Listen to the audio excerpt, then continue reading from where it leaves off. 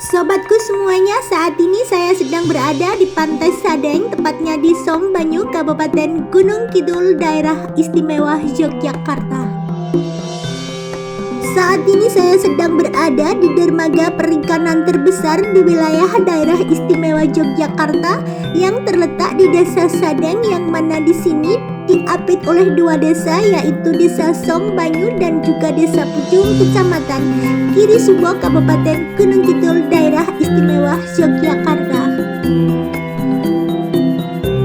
Daerah Istimewa Yogyakarta memiliki potensi sumber daya perikanan yang sangatlah besar. Salah satunya adalah daerah Kabupaten Gunung Kidul dengan peringkat pertama dalam perolehan hasil perikanan ikan tangkap.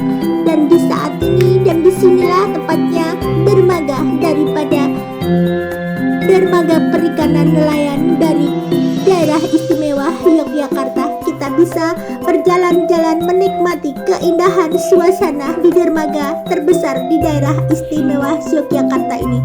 Yuk ikuti terus video saya dan jangan skip, kita nikmati hari ini di dermaga ini.